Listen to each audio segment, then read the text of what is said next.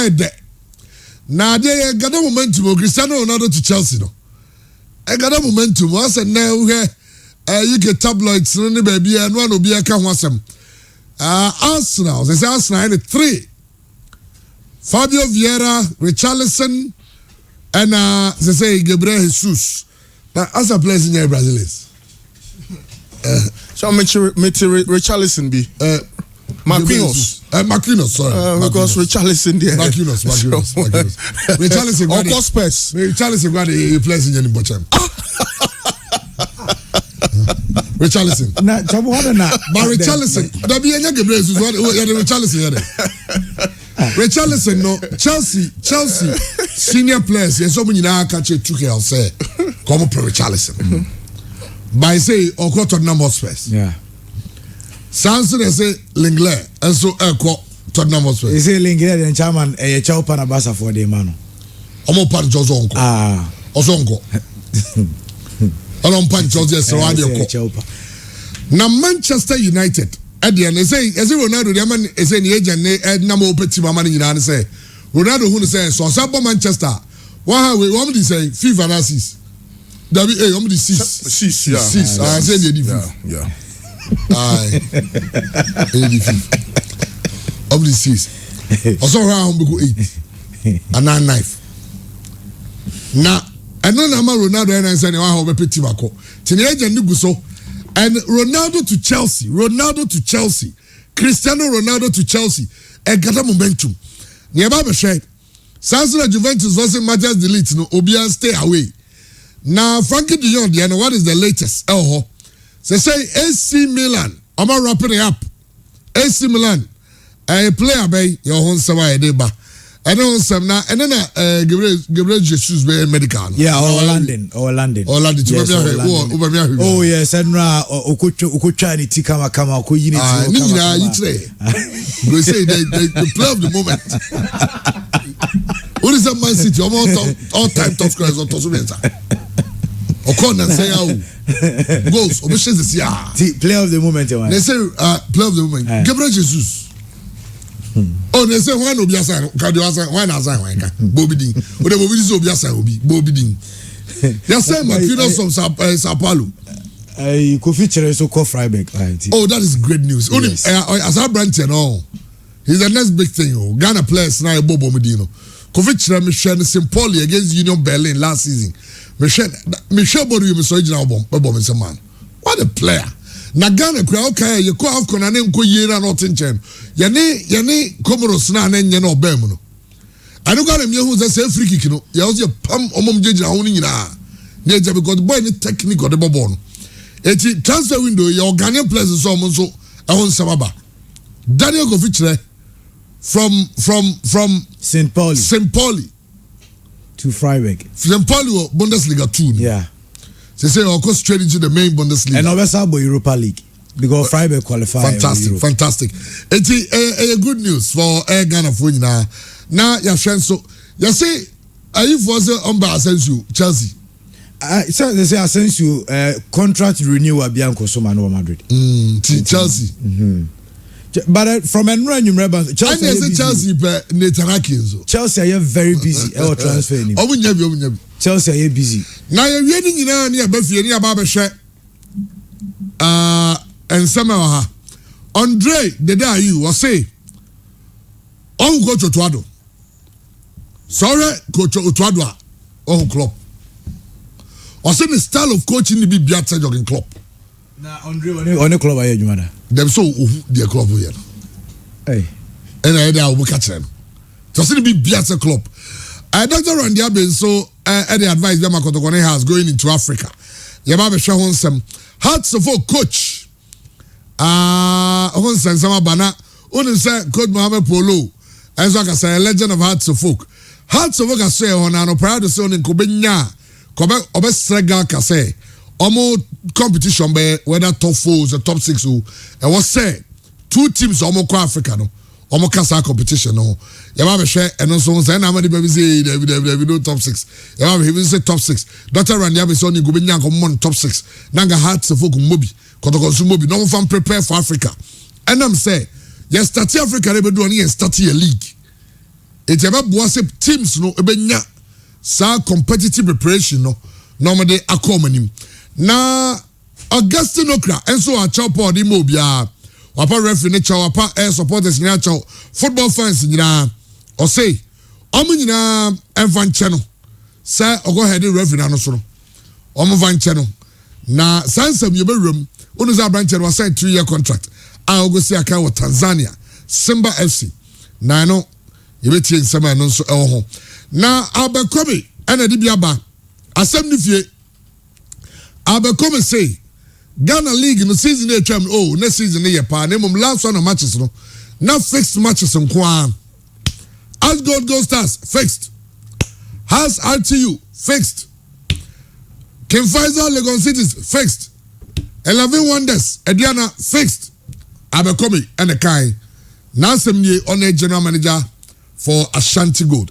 and same way in same piba yebewem na yahwe Patrick Razak to join Nsuatreman FC. Patrick Razak to Nsuatreman. Ebabe he. Sansuna Richard Boyd Wagadas also got trials. Na ebabe he. Also Sheriff Transport. Ebabe he honsem. Sama odo ya bwanu nyina.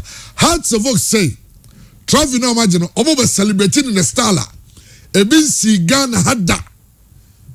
Na ni nyina ho nsama Obi Joyce Chawagankam Bogo there Nyame adom chawan they say the team of the moment Arsenal the best purchase say Man City for so to Tobia nti some of them here big charm there okay say na Gabriel Jesus omo Kevin Phillips Kevin Phillips on your big Kevin Phillips in big. Oh, England international. Oh, where's your Brazilian international? So we no, some no team no na ye mutumi bobo na but goals ne ma. Chafe na manya, but Man City established. Inti se Fernandinho go. Team no na player na oban. Oh, say team no oba be sum ni nyina me hwe ni nyina. We dey player no kwa. Player dey go ha. Na Manchester okay dey kasa. Yeah. Manchester told you, yeah, in Manchester pray 4th and 10th. Obi out to you. Yeah, I'm saying supporters to cry some better demonstration. Yes. I'm because I'm saying Frankie De Jong deal no Bayern is I'm saying be hit around a total of 80. 60 cash, 20 add-ons. Player now no America. I'm saying any crime just Barcelona for any Manchester United for the didn't come up. Now I was say omo convincing to say United because at the end of the day Obisan will say United no honor was me call because United transfer dealings in the last 3, 4, 5 years no new dealings be sheda so ani and the BM Champions League football ni ho nanso Ten Hag nim no pa nti am say Barca for no so no omo hieska omo so omo ntumi nyusu ni ye am say Gavi kra no enche no so contract extension no Omone Ivan de la Peña, Omu Yanis and the agents, Omu Ye, into Gavi will be there. Release clause of $1 billion euros. Send your more, yes, send on me and all. Yes, send them out of Buffy. They say, or who says, I'll say, so, Frankie De Jong, them say, is quite close. I'm saying Man United for number 1 targets, no. So, let's see maybe by the end of this week, you be substantive as far as our deal way concerned. But so player are willing to take part in the rebuilding process. Of course, Donny van der Beek, Besaba, David De Gea, constant.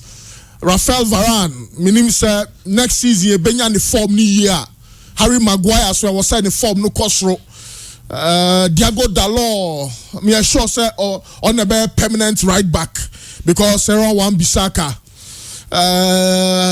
Gideon no abafom kakra, Alex Tyler suddenly look sure, not bad, for left back position, Fred Scott McTominay, and I wish Man United for being a proper ball winner. For example, Thomas Suchek of West Ham United, maybe a Marcelo Brozovic, the Casemiro type of, defensive midfielder, Declan Rice, for example. Into unya Frankie De Jong and when you be or no be ye sa dirty work now because Fred ne Scott McTominay no me share that GD was our combination him. Yeah, he said Christian Eriksen so na bushia for Eberman Kwan because their Brentford 4-year man no nani so and Nabusia for no so settle come anti or move it to Manchester no so a problem. Yeah, she say Ten Hag betumi awie no so na ya ba ni mo Bruno Fernandes wo Cristiano Ronaldo wo I'm just hoping say like Varane like Maguire Rashford any Jadon Sancho no so benya omo betumi really discover omo form no Elanga wo so it's not too bad but just that Komunya the butcher of Amsterdam, Lisandro Martinez. No creative because Lindelof, Phil Jones, the Ankomuja, the Quaison and Kebebo. Meaning, sir, Andy Baba, but I say the butcher of Amsterdam. When say Arsenal, so plays bait. Lisandro Martinez, I know pay ye studio. Yeah, now I asked for confirming Manchester United. Say, Omanyo bid. I'm receiving Manchester United. Manchester bid. Na Arsenal dey no so. Arsenal so the bid because Arsenal no pay. Arsenal mo kwai mo rejecting Bekachiro. Ntia the fufu. Na mo sa akoye. But say information is no acknowledge Manchester United. Team na Manchester on Arsenal on Manchester only Maguire no mekobo. Ronaldo kura ne so mo bie mi. I want what I drink before I come to. I recommend just well, okay. Israel Baina. The name is his so name at the end of the day. Explanation here. Gabriel Jesus on Portuguese. Or no Spanish. So Spaniard and Jesus no. Oh, that is Jorge Valdano. Oh, and it's Jorge Mendes. First, second, Jorge Mendes. Aha, but Portuguese now. I don't know, Jesus. I don't think that Mourinho catch the info said yes, Bundino. What the first thing you can Jose Mourinho. Aha, no, look at this. Second, Jose. Because on Spaniard, on Spanish, or Portuguese. Ha, it's on the no kanji umaneba Jose, ha, it's really Gabriel Jesus, ha, koya idia, of Spain near you have HRO baby now, Negan Gabriel Jesus, ha, now we open it to Gabriel Jesus, as a mean that and one no, the criteria on we, Anna, or said that Sky Sports was a bundi, so we can, Okoron can Henry. Because Henry is Henry. And also they are French into Henri. Aha. They say no. The Kaisi call World Cup 2010 also Japanese Ivo Biba say your master mo Jan din in Chomo. Yes, Jan. Say there be say yeah. Aha. Okay. Andy Cassias. Chairman. Very mukakra. Dia sabo go there. Chairman ya me adum bi dia bako. Very because then some dosu. Yeah. Because the system so honum. Now transfers no any hun sense mu. Because they say I don't know so be here. Teams be starting report. Some Manchester they say. Oh, Omar reporting Enra. Ronaldo Nyankoi. Ronaldo any few players in Nyankoi. Manchester United team like Kasana extend the holidays no because of international duty no mukoye no. But chairman said ya no pena ye kano Gabriel de no sesia make say wakwa share edu. Van no edna kwa kudru e Arsenal or Corona Medicals no. Wo matimi asha the chairman we images we are. Aha. Gabriel no. Yes. Only edu. Jesus. Yes. Ti only edu no. And anopeya edu to send papa. Ever live on Facebook. Gabriel Jesus, the new Arsenal icon. They say also G14 man, and they say they made it get here. Say 9 down. They be on 14 on the iconic Jesus. There be some numbers na ya mo the mamu academy products no. Say number 10 mo the ama Smith Rowe. Number 7 mo the ama Bukayo Saka. And 14 mo the no be the 14 said ma Uba. But say see na say my Jesus. Aka mo na mo 10 mo mo yeah, team no 10 na gala mu nyina je obi timbo 10 no body defense. Yeah, team no Thierry Henry. Eshe 14. Oh, iconic jersey near 14, but in every man a year. So not 9 years. And 97 filter near Munya Cheche. Like I said to my barbershop. The German, I don't know. The Okwa starting the medicals no. Okay. Now we're completing the move in Nakama. It's Arsenal fans Nina no Gabriel Moman no Monsaka no. And by new radio and I say Arsenal Jason were both for the first time. Now we're starting about the year. But start transfer with the Obi. Yadika Kahuas my positive that be absolutely. I mean A-rated player. Mnyafe no Obabe adapted. Onim senior about Premier League nedada.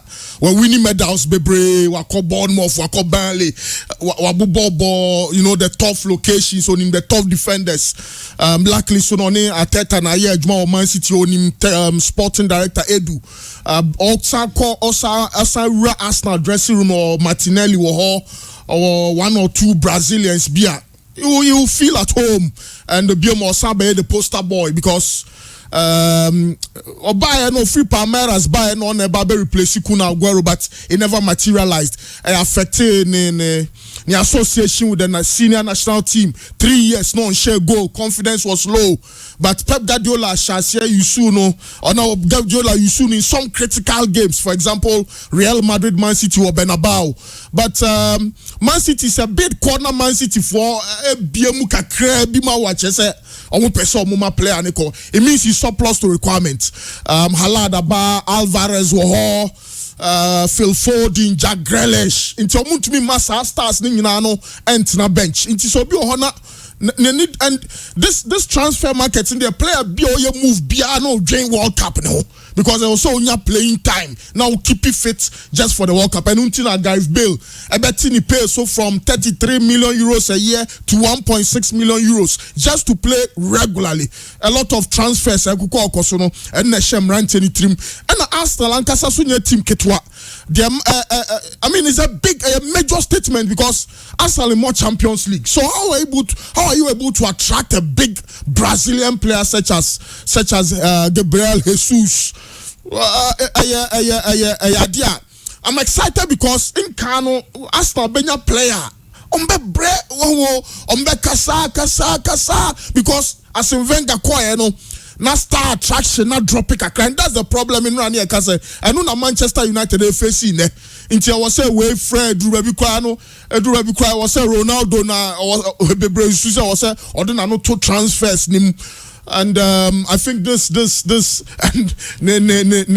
the trademark celebration hello mama is I'm sure Sobeko for the number 33 because I know any favorite jersey number and I'm sure say Obama Arsenal 20 plus goals or reliable because last season we said Lacazette no to me onye out and out striker obetumi do nani and obetumi do wani ato no so say match where the Lacazette be she go but Gabriel Jesus no at least you know say he has a good number of goals just that one to me and share more than 20 goals in a single season for Man City but no kra no onya regular bebre na bisa say no kwa himfa no bebo because oya player on so pesanka or sha or bobo nanka or finifana fem honube so benkuma fem hono real box nim e hoso na Bukayo Saka nomne Martinelli no so pretty but me sure say Ateta ni din komo no ka say you are my number 9 and the boy will be super excited Obama Man City for the sort of player he was and the sort of loss they've made as far as our transfer were concerned now sikanom the turn no so 40, 42, 43 thereabouts for a player who is well established no where no nyafe no ba be prove point bia obia nim Gabriel Jesus nyafe na me ba be ka Gabriel Jesus asamachiro bia ti finally Arsenal are able to attract some of these big boys and it's good for the club. So see Ateta na pressure ba be turn because player bia wa Arsenal in bia no Ateta players apart from Keren Tierney I no Unai Emery player on one to talk on the players Lukonga Pate every single player there maybe I'm not sure about Shaka but Obiano Ateta player this season there say Arsenal toso miensa and GFA Cup ne dia na kwakwa failure. The intentions of Arsenal because they just ended season. Arsenal share 77 goals in the Premier League, including their own goals. Arsenal top scorer. Arsenal top scorer. Season way was Bukayo Saka shot 12 goals, 11 in the Premier League and then 1 in a cup game. Inti say Man City for Eddie Haaland and lead on attack. Say Liverpool for airbar with Mohamed Salah. Say Tottenham airbar with Harry Kane. Say West Ham airbar with Mikel Antonio. Na in Chelsea so with Kai Havertz or Timo Werner. Arsenal for also actually two in Gabriel Jesus, a player back to back Premier League titles at Man City. Ageno chairman. He scored 17 goals so far in the Premier League and he has been involved in 20 goals at the end of the team of Man City. So Arsenal gets a bunch of friends Gabriel Jesus. Now share Gabriel Martinelli, or share a bunch of friends Odegaard, or share Bukayo Saka. Some players where they play with a lot of fluidity and pace. She goes Arsenal for assessor or Moshe in attack or in the final third. Say Arsenal call forwarder. They have a personality, they have a goal scoring player. A player or side goal poacher in a bunch of friends Gabriel Jesus, and that is a good purchase for team of friends Arsenal. Into this season, he expected Arsenal say last season a call more fast so team a drop pay out in the Premier League. Tottenham for a team able to take over no. Arsenal team a push forward, and Gabriel Jesus is an upgrade in the Arsenal's attack. Okay, so German, we're good for Arsenal once again, but bad news for FC Barcelona. Rafinha denani aka chairman anopay per information I can say not player no air chain any news from FC Barcelona, but as it stands as to say Barca for betimi atuasikano for air Rafinha and ayedin ama you see Mikel Arteta a contact player friend Rafinha and a player no aka yes Eddie actually Arsenal. So after Gabriel Jesus again, it is likely Rafinha. It is likely Rafinha. Attack we open for Premier League now. Attack. 3-man attack. See, I didn't get there. Like this one start from bench. I feel no. I didn't get there. Yeah, one for the future. We boy FA Cups no more. No matches be high. No bobo be alright. But Rafinha, Bukayo Saka, Gabriel. They say Saka better than Chelsea as well. Oh, Bokaka. See any bread. See, squad in there. Okay, as the attack on mobility. Rafinha. Rafinha can play as even also Rafinha do to me more a lot of options. So maybe a three back even up open wing also to be at least say no but or to be any to be bibianti. You are hoping some make a blend your year no go there. But me concern partner say teams need no be any breed build they update. But looks like Manchester is inactive. That's I know honey hamming and Ronaldo to Chelsea no so my update kakani and the beba. Well, Ronaldo to Chelsea the chairman said na ye di e ho nkomo no ni agent Mendes and I said no na ka say Oshia openya friend said Todd Bowley. Now medical ka say Todd Bowley I am very busy from enra nwumre. Eba players are all poor on door so but chairman Ronaldo dia no e bedding. Chairman dia eba the bedding. Say Ronaldo be ko Chelsea no again momentum but player na nkasa any Manchester United because Manchester United as of now as player no enya available on the transfer market. That is the communique from Manchester United. Player no enya available on transfer market. He is their player. Now say the agent is no man open to money as I just say. Unim say the agents ni kwa anopeya na ba say Inter nyina offer to Inter. Offer on say Roma dey buy. Inter so buy. And they say Chelsea dey nso ginam. Chelsea dey no crowd there and there Chelsea owner no na ehia player and agent and nkomum ono so eba up but as to say player never join there Manchester United I make almost stance clear say they are not ready to do business on Ronaldo as far as omunim no omo twen no on the 4th of next month so be reporting and so ewo eye kan but Manchester United chairman obine eyedua Eric Ten Hag said the new king new law. The opinion can say training also by 9 a.m. Now every Manchester United player are reporting. Unim say ne assistants no opinion friends Steve McLaren mo. Omo ekoduru onum 7:45. Coach no koduru 8. Unim say coach no koduru no. Na players no ko train obia ho. No bia reporting. Manchester got also start training and watch 5. Now ball last season there. So some year training is have 2 days. Omo koduru no bia reporting. Oh, that's good. Yes, in say unya pese because on same na nkofo aka say team no dwuma no be den dia ba no to no so make sure say obetimi put things right. Now so coach bia ne how is pen nyoma. And just by say by 8. Ono no duro by 9 there. No so play bia. No bia o. Okay. Initially now almost started training 10. So always our picture we at the screen is one. Okay. And now omuye training no. Chairman, per information and say coach ne catch the squad we say omu expected 2 signings this week. 2 players ever joining Manchester United. 2 players. 2 players ever joining Manchester United. Now 2 players where Frankie de Jong. Okay. 1. Frankie de Jong there no. Say there I didn't say that by the close of this week Manchester United person omu close and sign a team that movie from Manchester. Ako pre-season. Second when? Chairman, second na ho na asem no no. Say Martinez there no. Anthony there no say Eka no Ajax for so mo beje 75 for Anthony. To where Manchester United no mo ska o mo tua for Frankie. No mo sabi tua almost similar to Anthony there. But player no so ache so person ko. Onza obìnrin this because that's a Manchester United ain't me attractive players, but these are players are unbeatable in the Champions League, but now Obìnrin is playing for Ajax Amsterdam, of course. I mean it's a big club, but coach no so the coach are not near Juma and a coach na go be no ordinary. The motivation is there because the coach didn't the coach be use no, and as a coach is also free baby no the whole kwa and just oh be or the whole kwa yenti no the whole.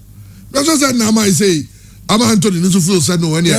Chairman, Man United no history but I said na say no na in Kanu ya kase bebo Manchester United they are who prepare for players such as Anthony, it's the difference between Van der Beek, Frankie de Jong, Jenny and Anthony, and Ajax to Man United in my estimation is a bit of an upgrade. Barcelona to Man United, I'm sure more 2 super clubs Obia Bosua Anissa. For Anthony graduation or Konanim Frankie de Jong was so more Casa Manu who say it will be a good move for him. Luckily for Frankie de Jong or to Brofukasa coach no year Juma board the best of football Ajax into playing style and shut down quite problem because me sure say more of the Ajax way of playing and only near Donny van der Beek soon Babeshia. That's not bad in itself, but England culture, no adaptation, especially in this World Cup year. I'm not too sure how you'll be able to adapt now. Obe hitting the road running very quickly. Senya Luis Diaz Yema Liverpool. The adaptation was so sharp. And se koyem kwa dia. Frankie de Jong will be a massive addition. But I will say United omunya number 4 Bakubi.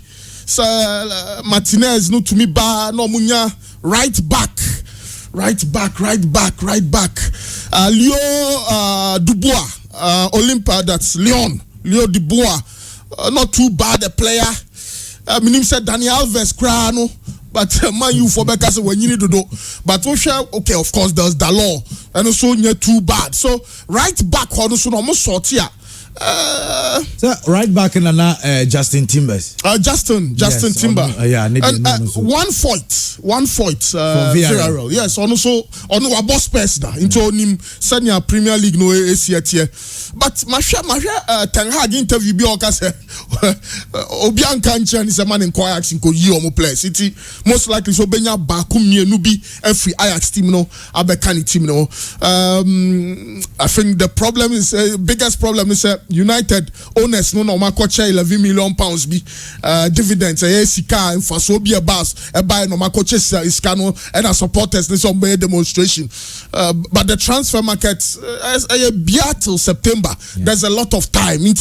I'm sure for Man United person by the mistakes of the past. Harry Maguire 80, Paul Pogba well over 90 and Kosibe Jadon Sancho crown settle here. I was so munya Jadon Sancho nti Man United adwuma ne de nukura ni Ten Hag or adwuma ye, but the transfer market I'm pretty sure say United benya one or two additions and they'll be able to compete. So man to me anya ne sa pa ne sa United team we are na ba be body a name say 10th ne because it does not look good. After 2017 Europa League final. After 2017 Europa League final, Ajax and Manchester United. So we say Ajax young players are no more say team ni mo a. Omo free one no and share them koyi mfa mo. An example how you bet me use Hakim Ziyech. Hakim eba Chelsea no. And nyoma koyi mfa ma no. Hwe Frankie, it is only Frankie de Jong kwana ye hu ni big FC Barcelona. Even Matthias De Ligt is also struggling at team FNC Juventus. Donny van de Beek eba Manchester no. Almost had the no loan. Well, I think Everton almost had the no. So all those players Andre Onana so akwa second choice goalkeeper Ede Masama Adonovic team FNC Inter Milan. So Dutch players now and they coach FNC Erik ten Hag ne di omachi no. Ye hwese omoba Manchester na so omoba England and you betimi akoye Ediamon because sa couple players no David Neres so yes of course Shakhtar because of war nti and then Benfica fakwa sign no so that couple players no ye share the enhuomu ye European football because from 2017 to date you are talking about 5 years but we've not seen the prospect and class sack players no and then it is only Frankie de Jong and we are expecting say Donny van der Beek, Frankie de Jong. Anthony is a complete dribbler. Obet me, I take you on 2 or 3 players. Shako OSIS had twist and 10 no. I will team a fan say aya. So omo kofas sa players in Ediaba. Omo make sure say at least 2 or 3 years time. You bet me with the prospects and the quality and the potential across those players. I don't want to see say Ayas Academy. They have fine players. Omo team about Champions League. You know they are making names, but in the next 2 or 3 years, ni who's our potential any BM. We don't want to see that. Well, now Obika right backs for Manchester United. No, we say now Omung per Tariq Lamptey. Yeah, Tariq Lamptey, yeah, Brighton. Tariq will be a better, an upgrade of Bissaka. Tariq, way better than Wan-Bissaka. Oh, no. Okay, no, and there to an extent because Wan-Bissaka. Crossing, yeah, now, yes. Oh, no, Wan-Bissaka, Diego Dalot. Tariq the Diego Dalot. Oh, yeah, the chum. Tariq born no one day. Yeah, and the menu, yeah, Jim, yeah. Tariq, no, England, Tariq, Obama. Yeah, Tariq. Because he was the future of the right back. I don't know they were plans to send him to Dortmund. Me feel like I'm the man. Ati, o de old him. Tariq. Yenya di Uganda yenya di partner. But Obiano pay Darren Burns. Frankie de Jong di na ye kin. And Darren Burns say what dwene ho on Tiase. On Tiase the reason why Frankie de Jong decided to move from FC Barcelona to join Manchester United because Manchester team no ever crisis mu. And this is a World Cup year. I also Frankie in the Barcelona no born the best of football. Than so about Manchester United no best struggle Manchester United. Kobane sa na ebi ekonye nsusuaso Dutch. And as Netherlands almost World Cup but then I make adaptation, you know. So but quick adaptation one because Frankie I was a Barca for so tom. Because 19 games before the World Cup. Yeah, Barca and Tonwa Frank Kessié nominee Cesar Spilicueta and Marcos Alonso no nyina any Rafinha no nyina omo twen say sika bi be bin na ya be fa omo because omo ne Barca for awie because Barca as it stands now the only player between Asan Lewandowski. Yes, and I was the only sellable asset no. So the guy will have to leave. Just that no na kuma no or person obo Barca no. But so coach na ho.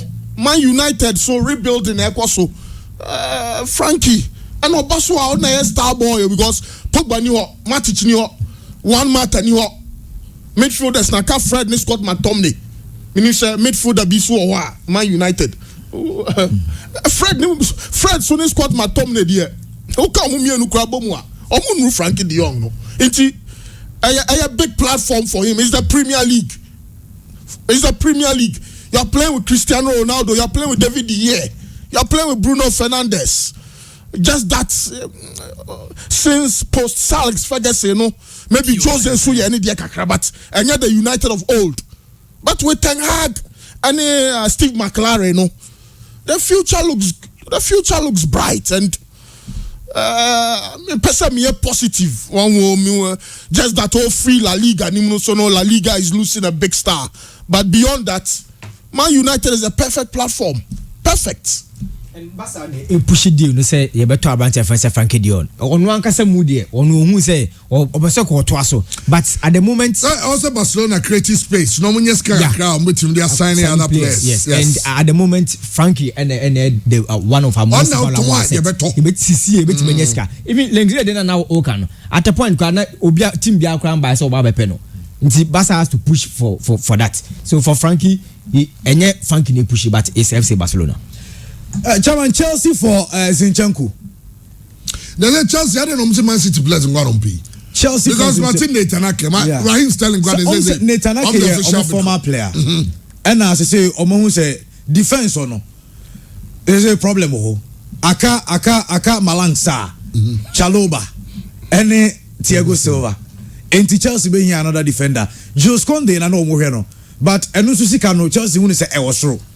What I say, Chelsea no as almost who say teams now say new owner ba. Ya quote to 200 million. Area no be aba be quote to sika bi e was true and e pay player. And to say Netanyahu no so ni season with last season with Manchester City nanya bad. Enti komunya asa akwada no be partner Thiago Silva nanka oni trouble Chaloba abo anaso macha abo. I'm saying balance there. You say, hey, EFL na unia be bobo. Enti Zinchenko dey so because most likely say Marcos Alonso. And so e be confirm so oko. Ekoba ne say Chelsea left back one chairman na koka bench wo. Yeah. Enti no omu push for Abrantia Francis Zinchenko. Zinchenko multifunctional. To me ball central midfield, to me ball left back. Enti also no player am say come Man City aswe on be say the idea was minim say Kukurea deal. Yeah, good. Okay, so Kukurea ya ready ya Zinchenko I mean a bear din kakra so no betumi atena ho. And I'm so obi ape playing time. So Chelsea Zinchenko ni bobo pa oni mo a very very good player, especially you should know central midfield crowd and I'm saying share Ukraine Wales. Yeah. I mean, Utimi said this is the star boy on Oye Bibia and Sir Pep Guardiola training uswa. Now him say Ukraine impuntu about ball him. Chelsea so rumors no yeah because Jules Kounde say Sevilla force say omunya bid bia ho. Inti the bia ti asem fufro the bia ti asem fufro. Inti ya my home rekakra. Ya my but Zinchenko for Chelsea in Canada say Everton. Yeah. Inti I want to count it as one of those rumors, but I think Zinchenko will be a fantastic addition. But Man City, who just say Man City prepared to do business with Chelsea on 3 players. Set 3 of their players because it means that they are invariably strengthening Chelsea too. Yeah, because so did Zinchenko, mano. Raheem Sterling, Chelsea and Yabripa. I understand that officially almost the bid. Ama Toboli is ready to meet the officials of Sterling. Yeah. And then Man City now so to finalize and then it's and then Netanyahu.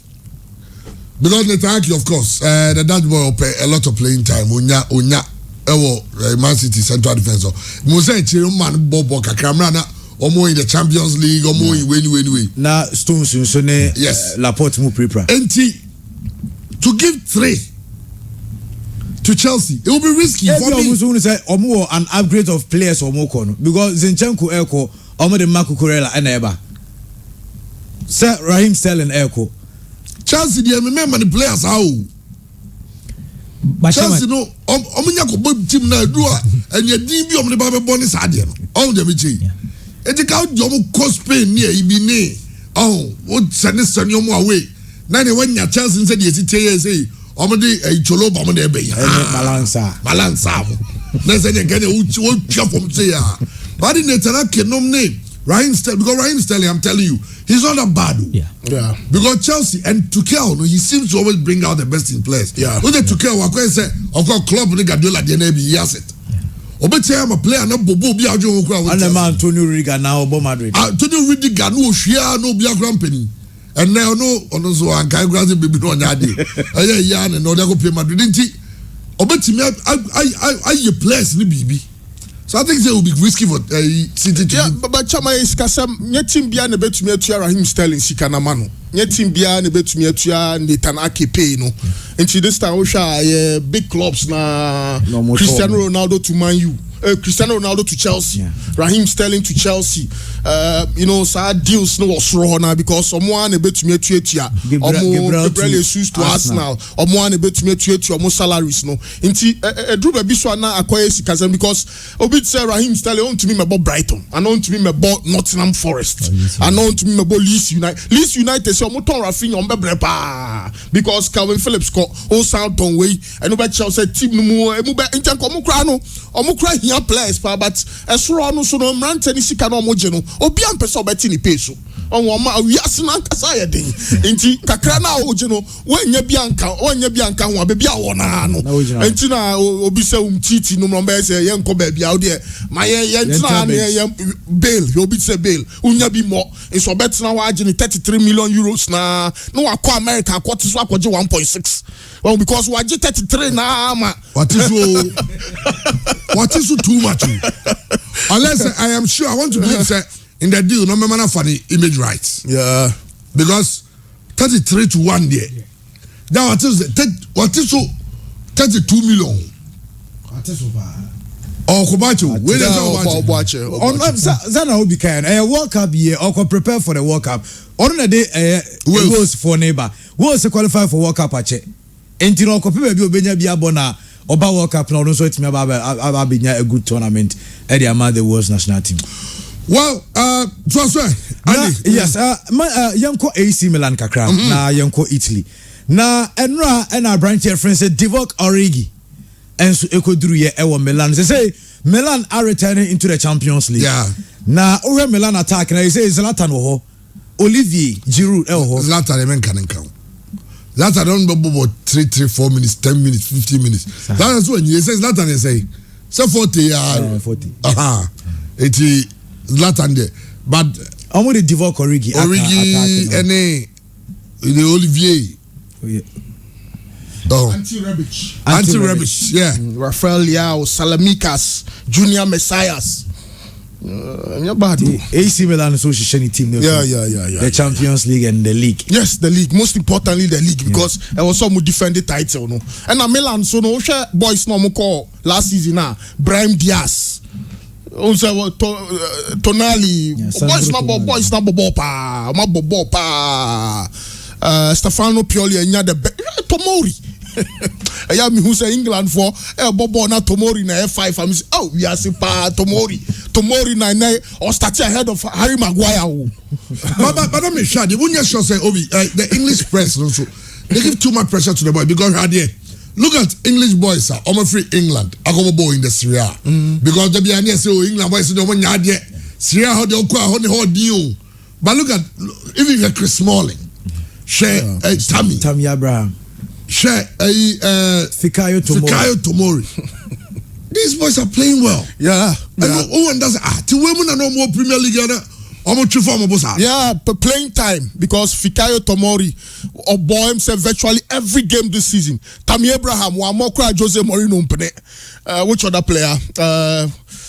English player in the Serie A. Chris Smalling, he's the heart of the defense because Roger Ibanez nominee Matthias Vicino nominee this right back Vina.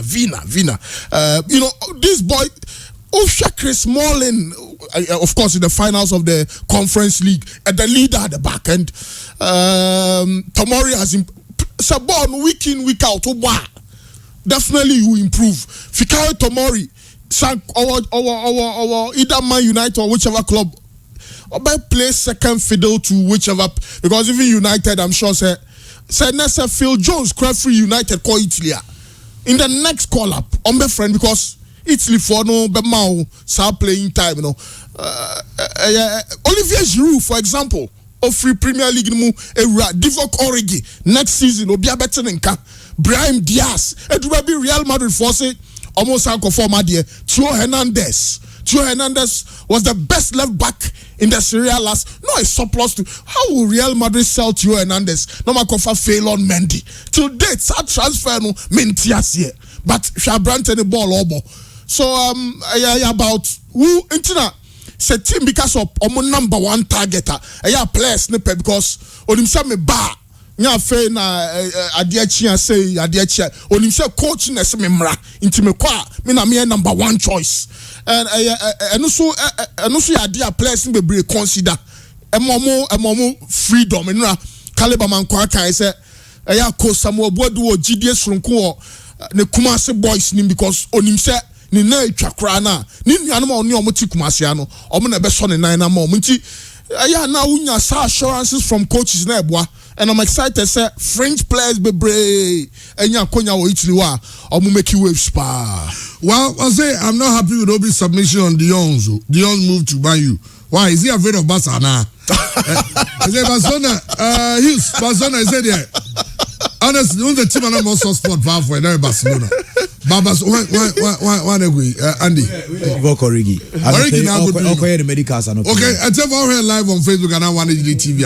The Origi na I can't be Mercedes no be fan no. Mercedes and BMW okay. Okay BM yes BMW.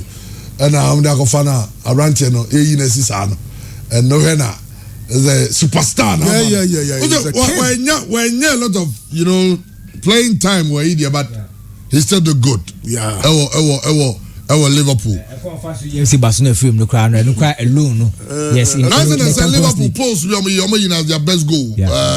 In fact, the most important goal of that goal no against Barcelona. Origi is in Italy, in Milan. Or sign for AC Milan. AC Milan so how they can defend their Serie A title. Because they say Lukaku up go Inter. It's almost to be filling up.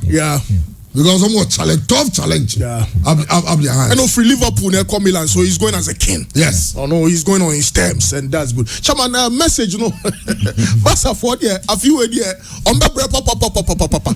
Because such Roman is what about a team say kasa. Enra Muridia, you say Aubameyang. Say the moment Abasa for Lewandowski no. I just say Aubameyang will lose in the position. So you coach Javi. Now Lewandowski. Aubameyang. If Osman Dembele decides to stay. Memphis is Memphis. Oh, sample. Who decided to over front three? These players are the players you have to use. Matuari or who? Not sure, man. Oh, Ansu Fati, Ferran Torres. Chairman, that's another option. Obako by fourth position. Sevilla and Atletico Madrid will be a Bellevue. But Ferran Torres' quality was yes, and he's very wasteful. Onya Brekaka. He's very wasteful. Onya Brekaka. Sure. But you can't pick Ferran Torres ahead of Pierre-Emerick Aubameyang. So we put it from the left side of the way.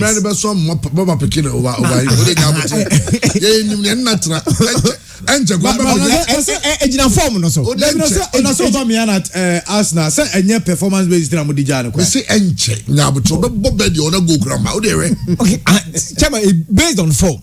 But now all the Ansu Fati mo say na because Sabaso any say let's do with Gavi, Pedri, Ansu Fati.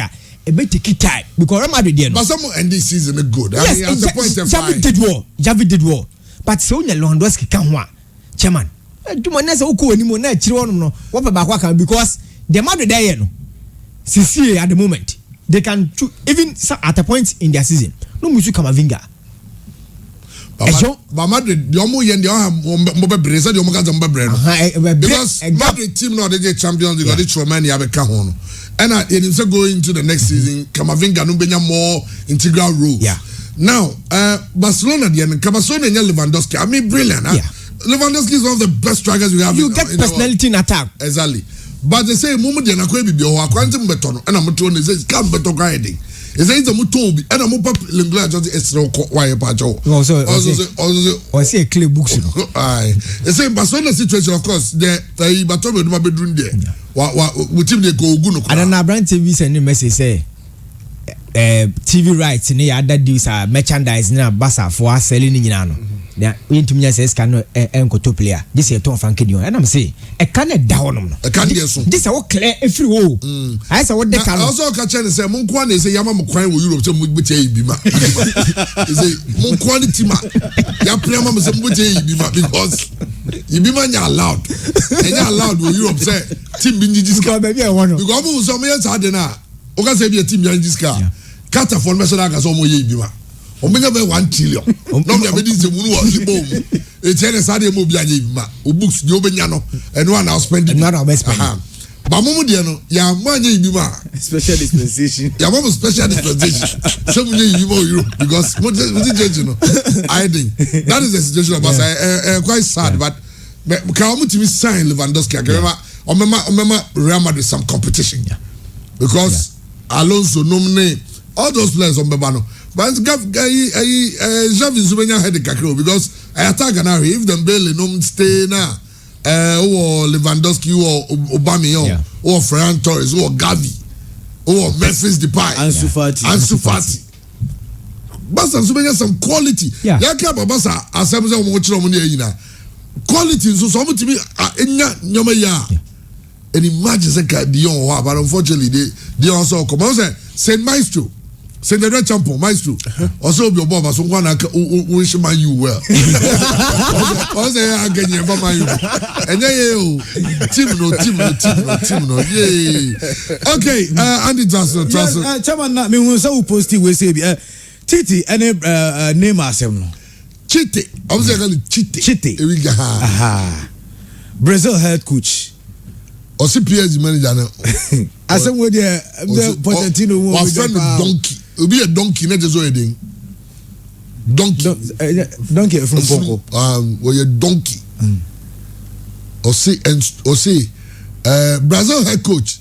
Cheated blast donkey and stupid PSG managers. And yeah, you go. The Oba Emirates here, and yeah, a year friend say Pochettino go. Be a coach to share no.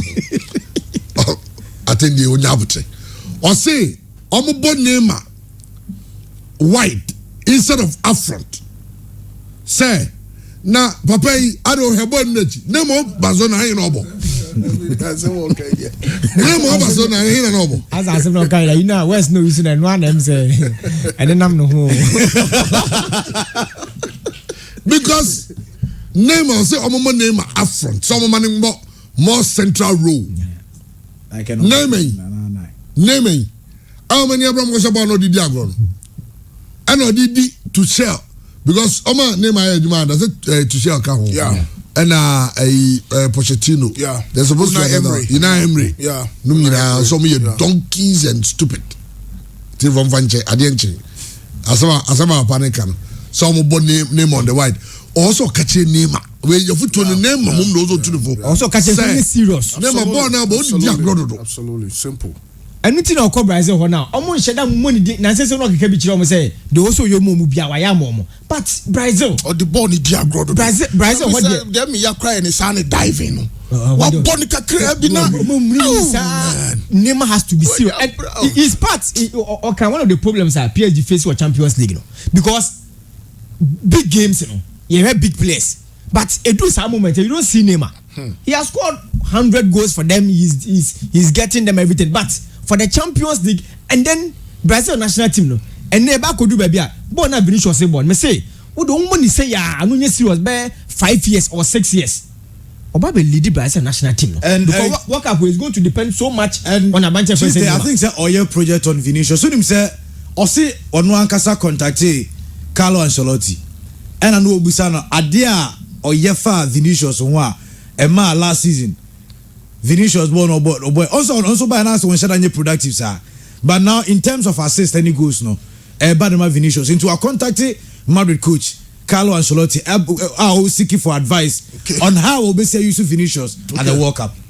Neymar there obo 2 and obo 3 near ka say Neymar obo 7 and 11 as ada no be breba sa because on no defend it and I'm say Ronaldinho free system no me can player no nim keche yi pa na Neymar but oh yeah so okay ya mashe Messi on sa subai no mashe Messi ase ache me so me kote me de no and to be told someone in the last 10 years see our player be on live to the potential pa Neymar because Neymar the Ballon d'Or no say he's not even the best player at PSG yeah Ballon d'Or no wa jim mienu kura na kenya bad but I mean there's a player I don't know the problem there but say bibi why was a cheat catch obia was a Neymar na no catch because he's almost 30 Neymar is 30 until or about 5 years to play and I'm sure say yeah sheda nya Neymar no ye nim no Barca no Romantada no PSG 4 come back no say match me measure 2 goals and the last Champions League Barcelona jail over the credit to my branch friends yeah since 2000 well Never chamber for so no tite na o kan o the name aje work so on the name said you no on you no vange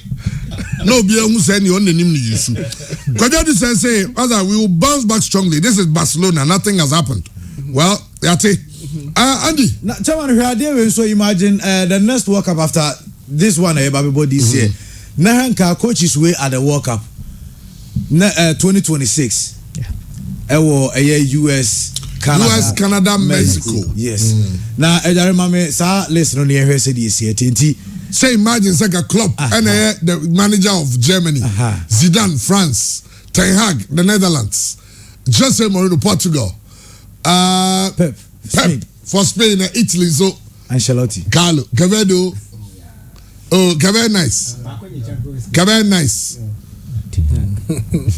Ten Hag in any Champions League. But why Juma? So already and it's possible so. Yeah, it is. It is. Very possible. It is. Very possible. It is because Zidane said he's next in line to be the France coach. Yeah. And Holland for them so go coach big team here. I know the national team. Yeah. Ancelotti is be do no quite the retirement. It's Italian national team. Jose is oh club na minim say so Beba Madrid. Yeah. Germany and Madrid. Obeba Madrid. Club there was a free Liverpool or Madrid because Carlo Beko. No be sure no so about 5 years be. Into club so bad club bad pa. And I got your answer. Yes, Luis Enrique no also see anti we share succession now. Because Guardiola it will get your point in job with yes so F4 City you want to be also because I go fi go ya juma ho it won't be bad Kebe nice na Ghana so e do na any coach baby Jada Samoja Otoado na Samoja is a coach here you but I was so proving who kakra until Otoado na na dey beko and that's a Chris Hilton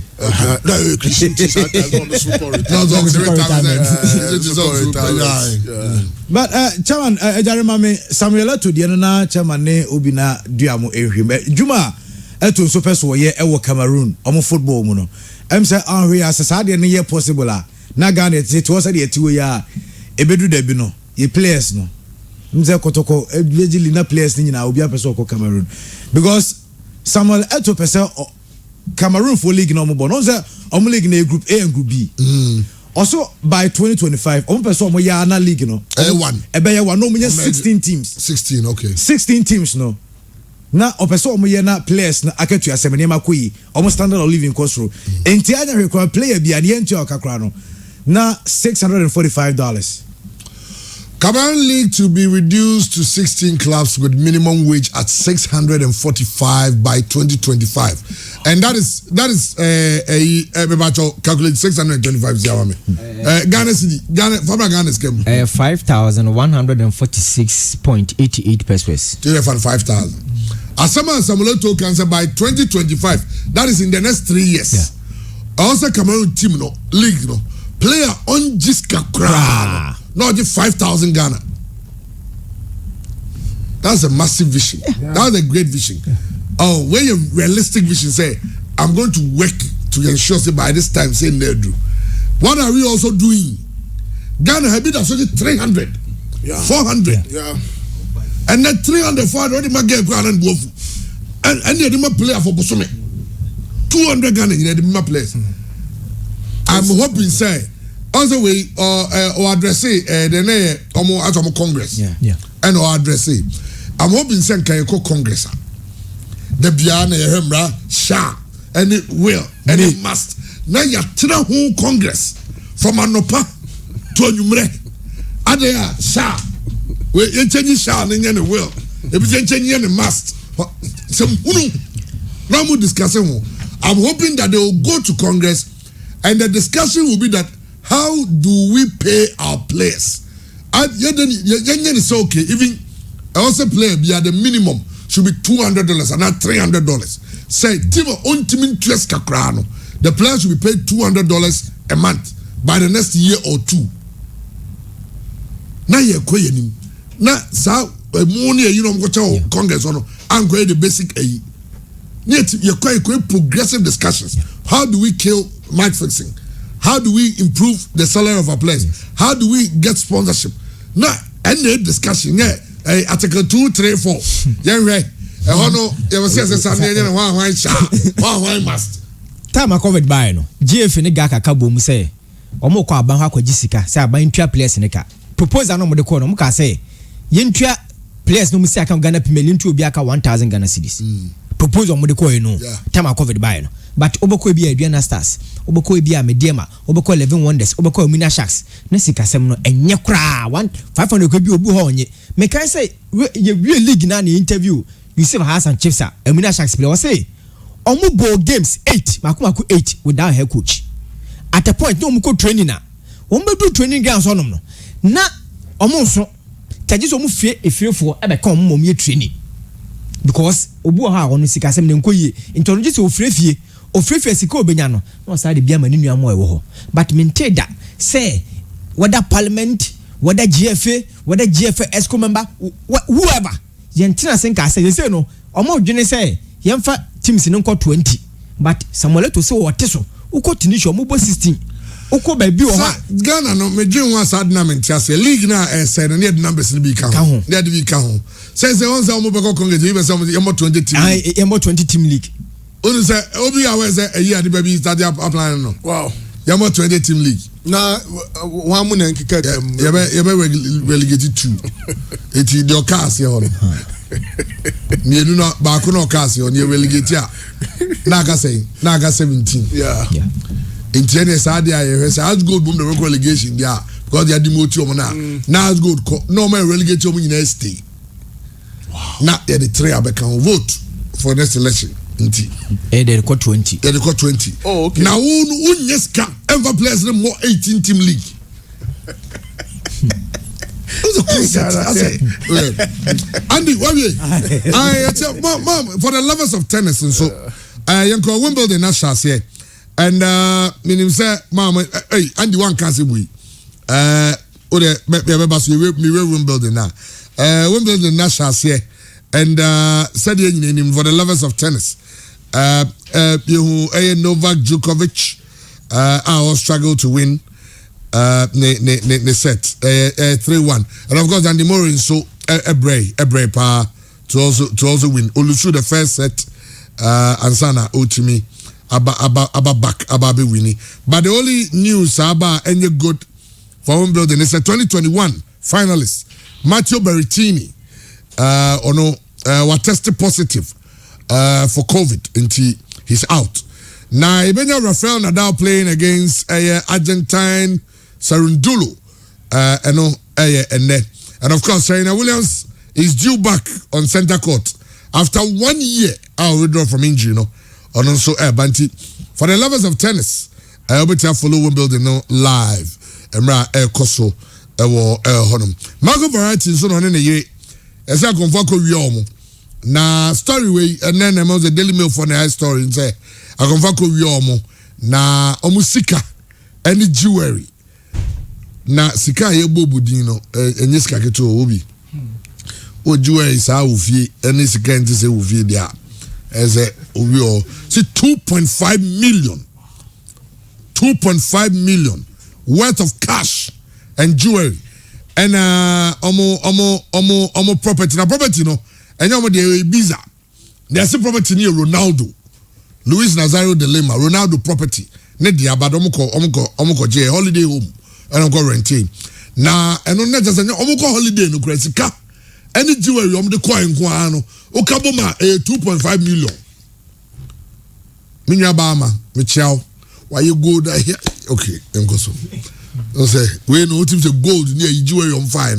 Then Yasam Ketwa. Okay, Yabafie, now every some nimuno. Asama Yanka, Asama Ogo Kens who prove way. Eno, Anna, Albert Komi. Your general manager for Ashanti Gold. Or say league matches now, boy, no, the last round of matches, 6 matches in Kwa. Abercrombie. Actually, never won any match away. Almost for the match between your friends saying Asgood and Vivian Costas, FX, and also the match between Wonders and Diana, FX, the first versus the boss is FX. Let's say that because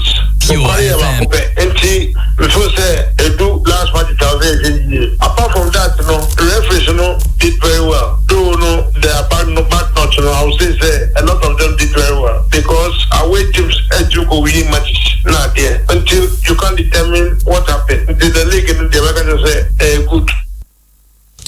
Well, I'll say the matches between Asgold and Gold Stars and Asgood was a fixed match. 11 Wonders versus Ediana Stars was a fixed match. Ken Pfizer versus Legon Cities was a fixed match. And lastly, Hearts of Oak versus RTU was also a fixed match.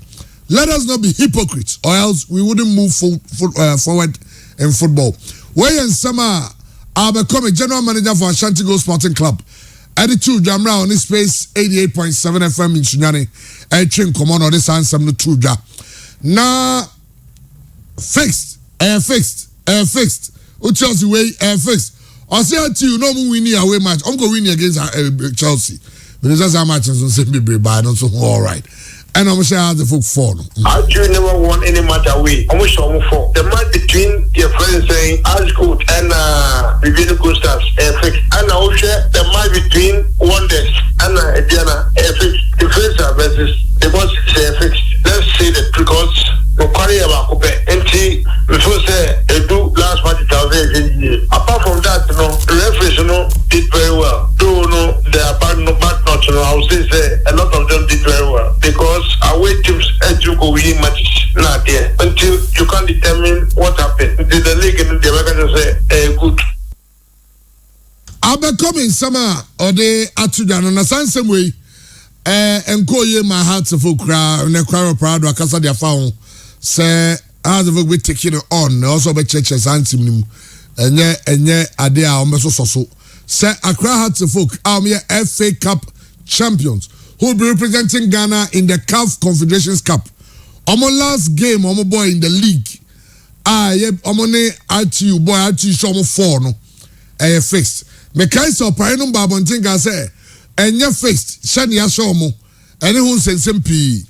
I become say or can on authority say 4 games that were played in the last round of matches, no, now fixed, including Onuni team as gold.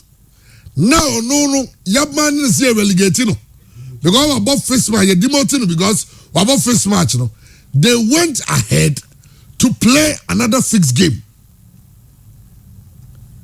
Abercrombie, that's a man. It was that time now when clubs want to survive. Into the temptation say more fixed matches. Into definitely the evidence you know about it. But I'll tell you for a fact that how do you think so kind of correct our one as a folk to lose match and the option of the same players and performance and it is the same. Don't let us be hypocrite. Yes, I am going and that's the truth. To be very honest with you, me out in the make a true. Joyce. So Kansas every high. Yeah, Chairman Dedi Kai Openyo Okasa, a former executive council member. Yes. Into a big fish. Yes. You can Ghana football. Omo dance shonim akese nama kese no padia. Untumi no. Albert Komeka no ensem troni to say na nyame na dumo a wedru pempen so a wedru no. De tosu mienu no a CEO ma 11 Wonders last season. 11 Wonders pre-relegation ho saa enti onim asem no ka no onim enti utie na asem no so do the last day of the season ya nyoma bi say e cost intimate Albert Comia. I have a feeling he's talking from experience because 11 wonders last season no money na relegation no why adwuma mediama pain.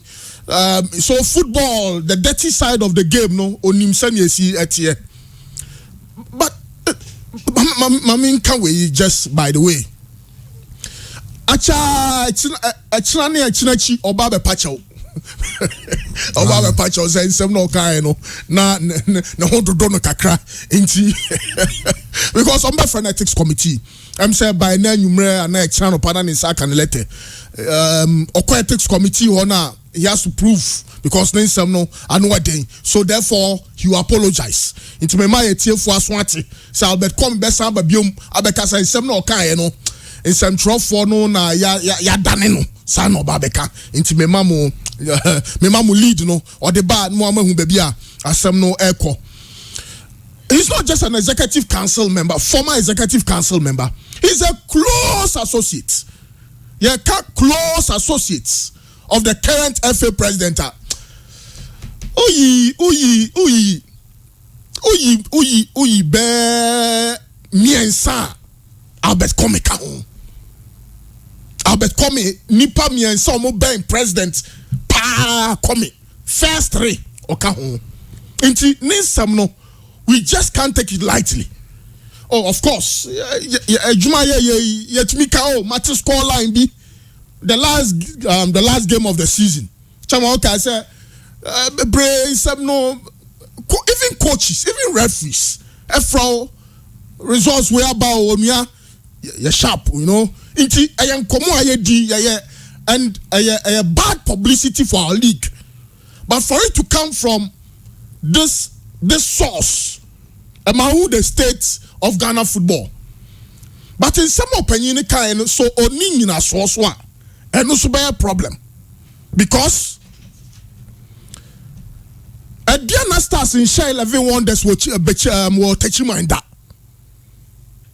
on Share will touch mind that and RTU and winning away match that but Wabesha has 4 now here I will come in some now also share FA Cup finally she send your house for the ball now share omu game against RTU now no some pabi because so he's drawing a boy in Renessa it's make us is ora but come in some no and December brebeba yara to focus okay Mr. Akmanedu and you chin komo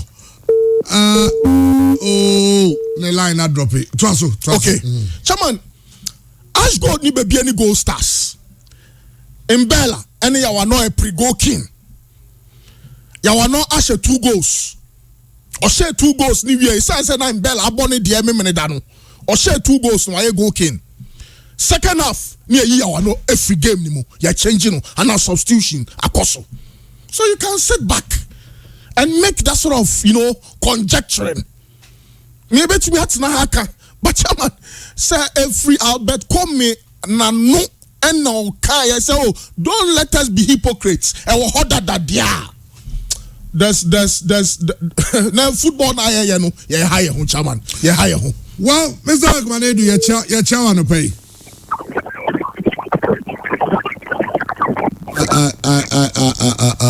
line Jake line in your crowd line in your but yeah chairman unye it's chairman inferences ne dosun o hwe way now no waka bom and the man yehu ne say he's been there before. He's been on the most powerful council of the Ghana Football Association. He's a close associate of the president. In all honesty, Gabioche Dako, close associate of your man Penny Babeka Bibi, Afa Senya, a mamuono, an economy no is. But unfortunately for our system, no. One shadow not look at the substance and then me sure say no pay Albert Come course and in free course and in saka so penya then now the assembly say aba That's why I'm saying in the next 2 or 3 days you apologize, you appear before the ethics committee, you finding the kakra. No, because it looks like he's becoming a whistleblower. And Sante your jurisdiction be a mrani ye juma pa and nano pay CID headquarters Albert Comey or reporting or yasha investigations nasi. But Kaise, of course, the last 5 or 6 games of the season, no nya available na oyare kakra. But ni team ni Ash Gold. And now your team on record, evidence wo hobi bia o say omo agye sa ne omani mu a e you know Albert Comey team Ash Gold. So is he trying to rope everyone into this scandal? And Michelle football person you say obi Ash Gold at there no yo na champion we hu ye enti Albert Comey asem no ka no the person ka akosia ne say me a general manager of Ashanti Gold ye di aba say ye co division 2 nanso anya enko a so hwe House of Folk kra no a bibi wo ho o hwe Biana Stars kra na bibi wo ho enti nya Ash Gold nko na ebetumi the problems ni ato o so that's another fact o say ochinko for obiorem ya go say me sure say Hackman line I'm say afida tutum bani Hackman edu ya chawa no pay so me na do so o the Hearts of Folk no jumadi wedi ache but what change sama wa unya Comey o say edika ma me congratulate you yes I go me congratulate you for winning the FA Cup. I can better do crap for that. Aye, ma me congratulate you. Sir, what you come out and do I was the answer. Ubwene go say at the camp. We move and congratulations once again, my idea. So magic FA Cup. Bamuji FA Cup, while you are in a celebration and jubilation mood, and a former Hearts of Folk man, Megan Sa, Eddie Babonte said, Mama Chamone Archie boy no, now fixed. What about other matches there? Meaning, in some way, I know a ship of Mr. Edu. Hello? Hello, Mr. Edu. Yeah. Aha. Yeah, okay. Yeah, I mean, I was to meet Chamo Chef now. I'm not to treat no na. My brother Albert Comey, Ekata. Na me, my fan of them because I thought that into my ethics committee. Now, so this was such allegations and other issues here over. Now, the ethics committee went to my friend now. One the church and another one substantiating issue we are now. That is the minimum. I want to open. If you are Albert Kanu or when it also and also evidence I which may provide it. The provider, the clubs involved should be dealt with. So when men provide that, my brother, people who just come and make such wild allegations should not be left to go free. I think they should also deal with him very drastically. But in Jansusu, I'm partner to Mr. Sanchez, yes, ABC, Nigerian heart and eyes are teaming efforts so matter. Then you should make an okra. The things must also be dealt with seriously, because that is what we want to read out of the system. And see, my brother Matthew, but my master and coming to happen because your ethics committee or so much I don't think that somebody should tell them to invite him to substantiate it. Ethics committee are one of them, but we are looking at the brand corporate Hearts of Folk. What are you also doing? Because a serious taint on your image, especially now that I'm more partnership with Cincinnati and Hoffenheim, who are also watching. Because I understand, sir, game no crowd that day they were at the stadium. Now, remember, say, game no more fly by rain, send a fixed match. Brother, because me a PR man has, and your directors will take decisions when it comes to House of Folk issues. Not sensitivity, but to me, you can't call and no one about my game with her as a club. You also have to take a step to ensure that which means approve what say because after the match, now I'm telling you, he decided to go keep up by Mensa. He came into the office last week. I was still trying to push him because scoreline is not hearing our one. But sometimes, it is football. at a point you realize the boys when they do that normal there. If you Sunday match in Toronto, we all advise to the young and Shediana, yeah, sharing about them managing fatigue aspect in the team. And I am not my job to make a formal fight. And they are against the performance on Sunday, and all the stress with that means the week also. And you know, when the league gets to that stage, I actually especially and I say, I move to me, and teams will compromise matters. But once you don't have evidence, and once the result can be anything, anytime, you cannot just come out and say anything at all. You're very emphatic, and you say your evidence. And see, they also take the stance of the crowd. But me personally, I think the ethics committee should not let this issue just get out of the system. Well, as I say, but say more man from ethics committee. More plans, Mr. You write to the ethics committee to deal with the matter. I think it should be so, seriously, because me personally, and I'm I thought that as a club, we don't have to sit down because I still have to put as well. But like I said, because I'm not a final say, you can suggest things. It's up to the top to deal with it. And so we all discuss it, and at appropriate time we are sure that the best has income. But I'm not a PRO, as I said. And the minister I wish say, oh, minister, you know. But I think that once I'm also part of it, I will also bring my suggestions on board. Now, it's not after club. Okay, Mr. Akman-Edu, thanks so much. But also, I'm qualify for the CAF Confederations Cup, and being himself last season, one of the things are preparing to play in Africa. And when you competitive games now, there's a 7 brothers Africa, and I o pre-season, and the man in Sian 91 when you know, Ebai. And you God Council competition, top 4 of the buyer. The essence of the top 4 was to prepare clubs for African competition. This time, man making into the top 4. Now, who's Randiabi, Dr. Randiabi, in an interview, I guess on in Kubenya, Kagaka, more top 6. Nanka has never got Omoko African in a 18 form room.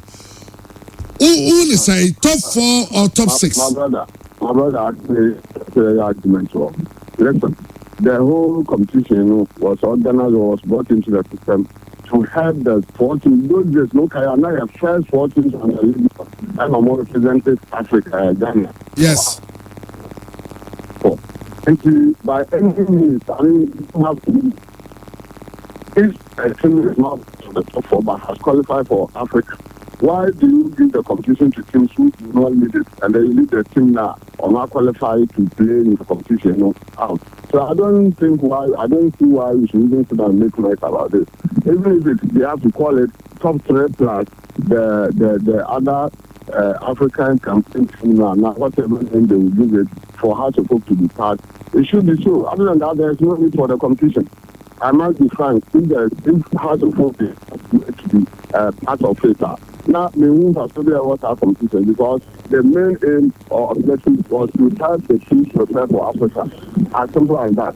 And they can call it whatever definition we have, the teams playing in Africa must be part of the top because we know that we don't have any competition or preparation for the teams at all. As simple as that.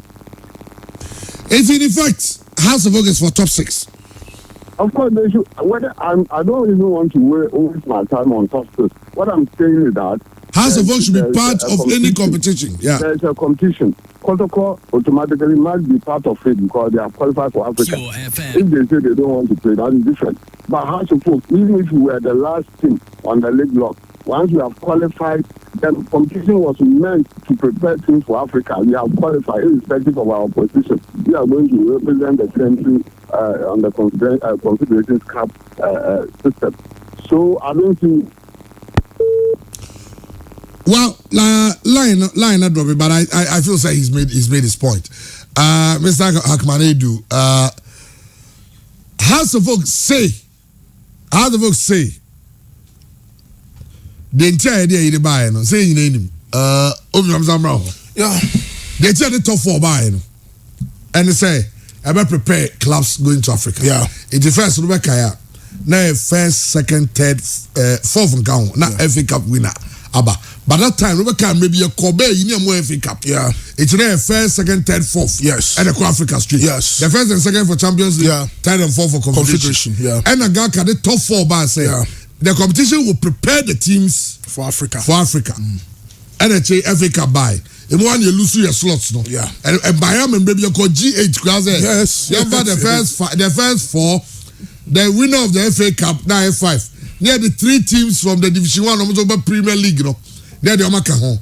Now, how the argument is said, the competition, no, the entire the buy, no, is to help prepare teams for Africa. Has a qualify for Africa, but they are not in the top 4. Yeah. It is a girl kappa, or Momo Somon can say top 6 and now top 4. Sebel top 4, any Kotoko, Midiama, Bechem, then Hearts as FA Cup champions become the 4th team. Okay. Then they play. Okay. And yes, answer top 6. The first 5 teams plus Hearts of Oak, who are the FA Cup champions. Yeah. Almost in the DCs, no. Yeah. Now yeah. And well, suggestion I'm sure say penny for dream one. Say any top 4 there, it means Hearts of Oak will have no place. Say no top 3 near the house about Bekanwa, it means Karela. Or no duly qualified into the top 4 no, or no ebe free. But I think so for the good of the game. Any tournament, any pre-season tournament be a Kotkoni Hearts of Oak won't be no be any the attraction in there.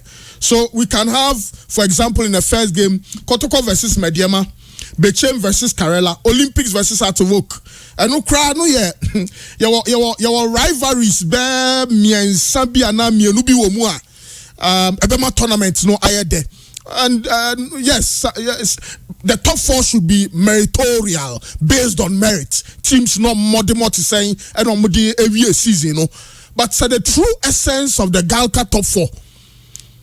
And they say about what teams now in terms of shape, tactics, top form Africa. And knowing last season's example, Senior Hearts of Oak struggle against WAC or struggle against Swara. Because season there was some FA Cup na mrenu sheda ni wamrante na nya pre-season here because some tena just 2 weeks and roam into Africa. So se tournament no babe boa teams na de bia no yakase your teams ni kwa Africa omuntumi make any headway, and that maybe even in future Ghana be free because yanko bebia your slots no you lose one for the Champions League, you lose one for the Confederations Cup. Now you boy who ye not even for the excitement the tournament itself will bring media. There's no doubt. A good suggestion. A idea was something for the quadrimu. Normally Hearts of Oak count. Imagine a Hearts of Oak versus a Kotoko semi-final, a Mediama versus Karela semi-final, a Bechem versus Bechem Hearts of Oak semi-final. No teams in Siena. Omo ewo ono ewram as far as Ghana Premier League now. Obiano fact Karela versus Kotoko anya small match. Mediama Kotoko anya small match. Bechem Kotoko anya small match. Olympics Hearts anya small match. Bechem Hearts anya small match. Mediama Hearts work anya small match. So I think the positives outweigh the negatives, and it only makes sense. We're straightforward. We're against common sense. There was some a common sense decision. It's as simple as that, Chairman. That's simple. It's very simple. Okay, but whichever way, the whole can say top 4 top 6 so how should play. Also should play, but I prefer top 6 because we will not be fair to Karela. See you free more. In the for Olympics, ne has Nyanka because a traditional clubs, a community teams, generate a lot more excitement. It's Gabe Asante Gogo Mediama, Bechem, Karela, Olympics, Hearts of Oak, amazing tournaments. Okay, yeah, Chairman. From Kome to Hearts of Oak for top 6. Mamensha Senfe, Abet comedian. After 38 hours, I bought FA Cup final. House folk etimi FA Cup no chairman. Ene ye betina ase no. We are talking about Albert Komia. Why emphatic about match fixing? He has been emphatic obodi Bibiani Gold Stars any Ashanti Gold. Asante Kotokoni way out to you match boy House folk any out to you. He has been emphatic with that. Now on Monday, na Caleb Etia, we are talking about the actors. At that stage is invite players are performing on the day. It be interviews. They were talking about the FA Cup. A crowd for us to prepare before and after. After the season, move from Ghana has say and and they are always talking about Africa because Yebusa Caleb no say born a boy has say no. So what the Africa has say ya. Need the gap need them in terms of the pitch. Was say no park ni modu by hono park ni moha. He was talking about the things that we have to do. Said there be a league in the Bekosro. Said there be a bedu baby no. Ye care about CAF Champions League, Confederations Cup. Yes, you boy. But all over, Obi discuss about Albert Koma Asema Okoka about match fixing. Chairman, me sure say from now Friday, people will stop doing statistics, analysis about team of the season, about the best goalkeeper, about the goal king. Yaw are not in Bella, say Asante Kodoko Enya yaw are not in Africa. Say na impact ben obetimi emeki, people will start that discussion. But ene Albert Koma memia just had no. But ye wienso a kofama we catch say ensem twefo ne say league no. This is from a club administrator. That is from a former ESCO member. Enti oka asem bi say a carry weight. Oka asem bi say a kwa chire. But some media as a metra na some case Bibiani Gold Stars any as good match no na match fixing and carry weight name a club administrator no kasa edu achire chairman who am na say league no na ya per headline sponsor for bet 3 seasons yenya bi no who am na say no managers club administrators they be am na say no because for this comment it is going to be discussed for 2 weeks. Yebeka wasa for 2 weeks. But yebetena enye penny say kebeka ade boni afa league no. Enye de ne say kebeka match fixing no. Keba beka say Caleb Mohamed Al Hassan Glassina Wako say Ghana league no he no. Player of beka say performance in Ewosro oboba na baso Clinton Jodu. Yesterday you were talking about Clinton Jodu. Avenyo France Chene Omuasem actors no wasem ne aka. But after 38 hours statistics na gathering ye jato yebesa beku echi akoka match fixing chairman club administrators and managers wo mo pa ne card boni for league no and from last season ebesi this season in summer managers and club administrators aka no eche ne sem chef aka on radio omokam sem kese efa league no. But yebe yeni abeka say omoye foreign discussion kwa omunye local, but this is a negative content. This comment is a negative content and you discuss it. Me sure say ka Friday kababusa BYT ubobisa Obi ubobisa Christian say omo team of the season is sign a coin sign a city. But this is Albert Kome CEO oda Ashanti Gold no Ashanti Gold no ye dimotu no. Enti asema betima kafa league no say what to say match fixing ekoso by a wesi betu ase by you emphatic oboso match way it was fixed 4 games they were all fixed. Chairman Ghana has any one Kotoko has omankasa omo sponsorship enuti asa Kotoko eku bibiani se has eku bibiani a gate fees no omo charge different. Because Omobano, Omone the biggest clubs in Ghana. And Tiakwe Rafaswa. You bet him a woman league in Aquason say Kotokoni has Eco Africa, they will deliver. Kotokoni has Omoko Africano. Omoni 2 class on me at the first what Abaha. Because they've done it before. But in Nkoye Famomo. Chairman CAF Champions League prelims ebesha in September 9th and 11th. Ghana Premier League ebesha 9th September. There's something wrong with this. One say ya mo inti Gaka no Gaka top whether top 6 whether top 80. I was they must be part. They need to be part. I was so because July, August, September, teams they are advanced. Gab them. So much league in Africa.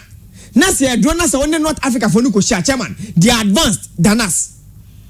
And Tikwe Befaswa, you bet me across the gap in the preparatory games. And Haas and Kotoko should be part. And was some do account said the bear omenya enough preparation because chairman for friendly matches there. Won't team for assess you for friendly match, won't team for assess it. But for getting a top 8, what a top 10, a competitive. So you are going to get time to assess your players. You are going to get time to evaluate your players. You are going to get time for your new signings now. Why no? Send a besiako. Has for coffee glass and a wakono. After no modern Africa proper. Because we signing for Africa no went to me amo. And to after no modern eco. And to new players. But now you are coming. After no more has for team me. Asante Kotoko will do same. Said ya wano eba bekanwa. Say ya wano name Bella. Etimi ebo competitive games for the team, the coach. Everybody will know the chemistry. Asante Kotoko edeko Africa. The Ebu Kotoko ewo Confederation Cup no. Sika kona time was. Friendly matches no boy no. Enye hu say wo Sonny Yakuba. Na se wo Africa. Na free kick ebeto. Onko first team no do team USA. Na mom obefre Sonny Yakuba. Obefre Safiu. Obefre Kwame Bonsu-Konte. That is the kind of preparatory games a chairman. Ye here say Kotoko has ebetimi ede sa slot no aba. If we tell them that go and do war. So munko ya dia chairman. Go and do one. Start from here. Whether top 10 or top 8. Okay. Well, for the 2 class, Kotoko and has Omunti and Yobo League or Ghana has it. Say top 6, top 4. We can equally have a top 4, but not the first 3 teams there we are coming. Be Karela, Ubeyi Karela frame. Bismarck Kobe Mensa near lawyer man demo sompene. Karela see a very good side. Very, very good side. Umar Bashir number mal competition. Oni Augustin Randolph nomine Emrante also. Karela there was say they have to keep their place. In fact, say based on merits, the anke ni say hard to work. You consider no, but I was here consider hard. Survey Cup come. But top 4 there, chairman. The top 8. I am Mukran.